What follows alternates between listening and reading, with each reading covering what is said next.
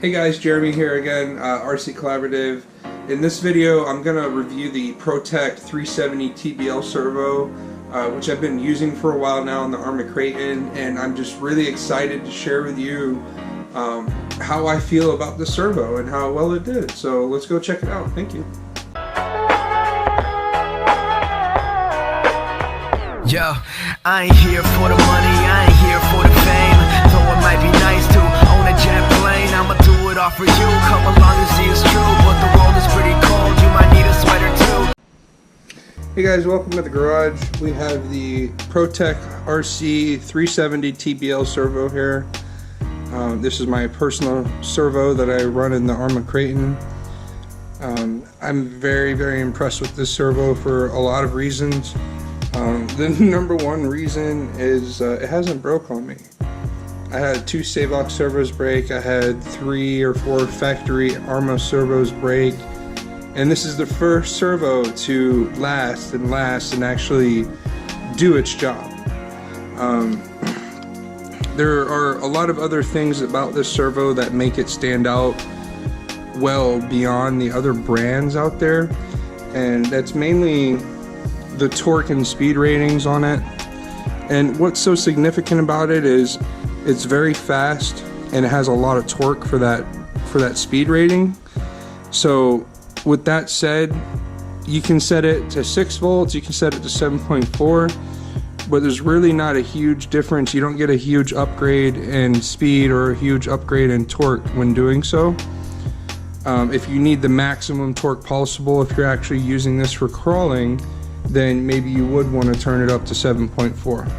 Now, other than that, they've got other black label servos that are faster than that. It's a, I believe, 170 SBL, and that one is like 0.08 reaction time opposed to the 0.13 that this one is, but it's not waterproof. This is the 370TBL is waterproof, right? So the 170 series are not waterproof. So I opted for the waterproof one.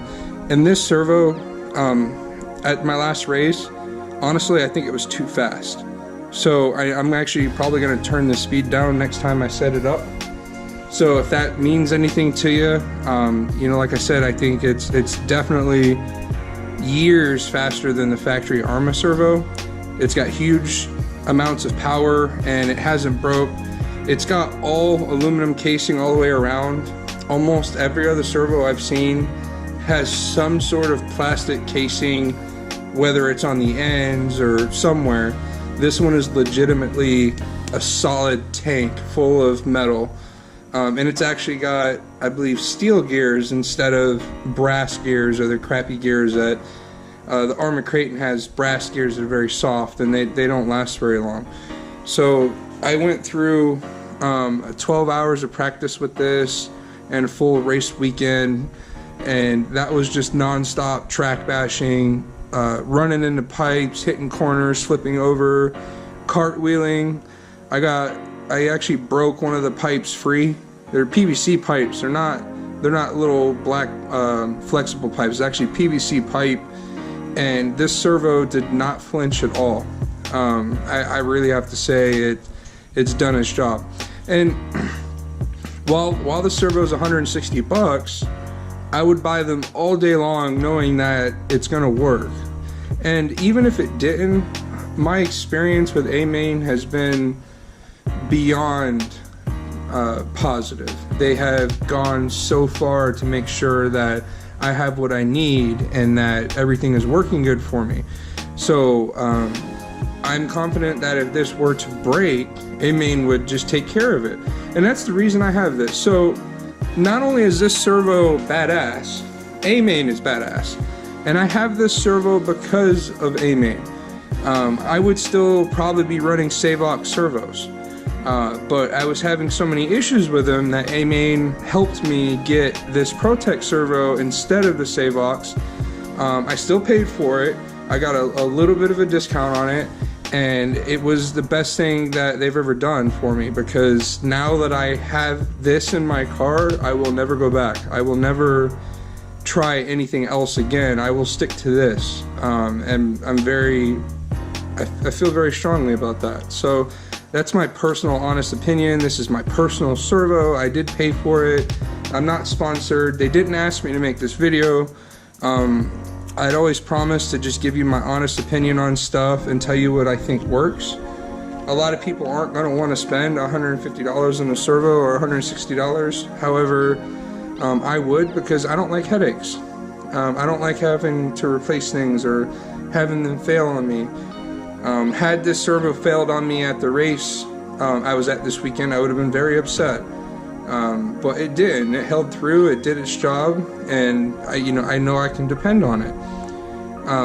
Also, I did mention that this thing is waterproof, and I have completely sprayed this thing with water before, multiple times, cleaning my car.